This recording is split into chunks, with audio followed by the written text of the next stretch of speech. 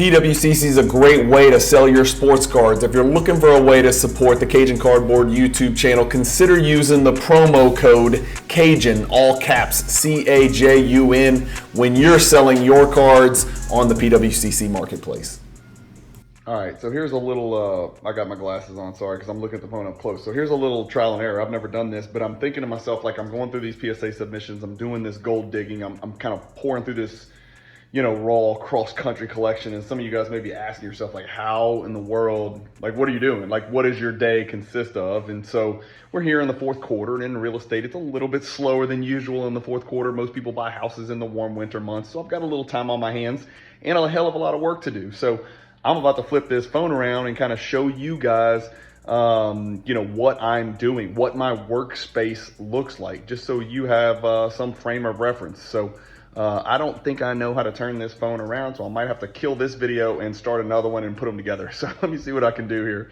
I'm just holding my iPhone pointing. Yeah, okay, so I'm gonna kill this video, flip the phone around, and you're about to see where I work and how I do stuff. All right, so here we go.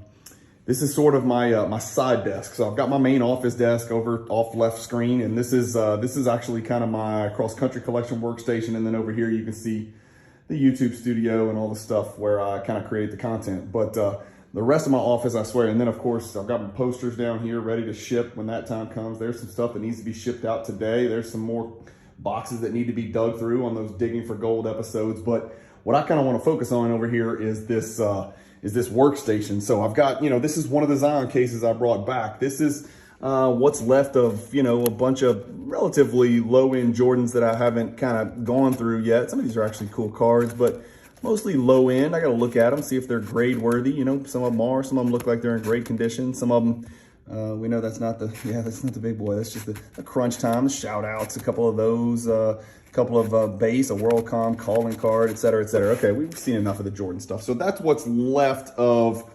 That's really not what's left of the Jordans. I've got about 1,000 more, but those I know I need to look at for grading. And then, so I'm gonna close this down and just kind of show you what I'm working with. So there's my painter's tape. You never know when you're gonna need painter's tape. I have a Cell Raw sticky right there, but actually all the cards that I look at that don't have, you know, I don't think they're grade worthy, I'm stacking them right here on the corner of this desk. I gotta figure out what order to put them in. I'll probably separate them into Jordans and non-Jordans.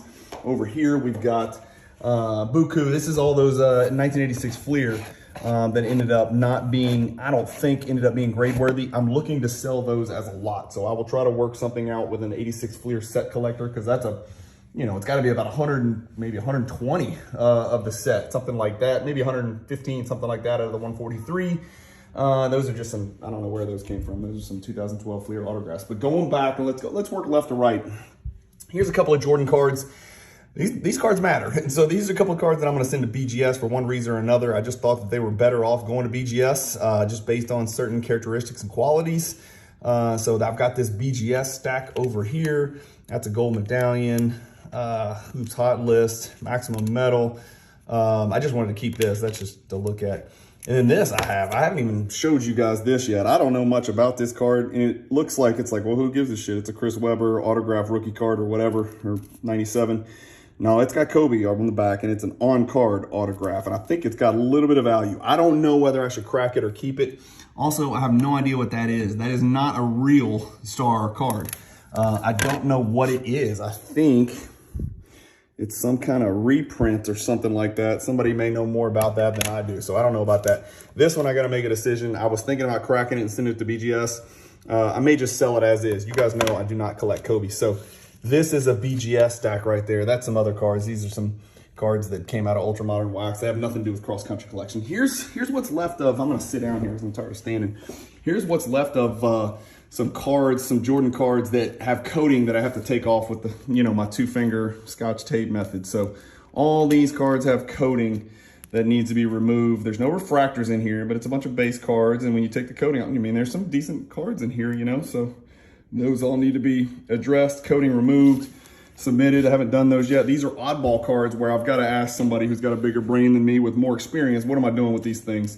Y'all want to see some of these weird cards. You've seen them before on the hierarchy. No clue what the hell I'm looking at there. The 911, I got to figure out who grades, who doesn't, and how they grade it. This is that this is that and one where it kind of opens up almost like an invitation. There's the invitation seal on the back, so it's still sealed. I don't know what to do with that thing. And then of course we got 2 Thunder and Lightnings right there. I don't know who, if anybody grades those. I think SGC grades those is what I've heard, so I'm not sure. And then here's what we got. Okay, so up here we've got, this used to be big PSA, but I've sent all the big stuff, the big Jordan stuff. So what's left here is, let me catch my breath.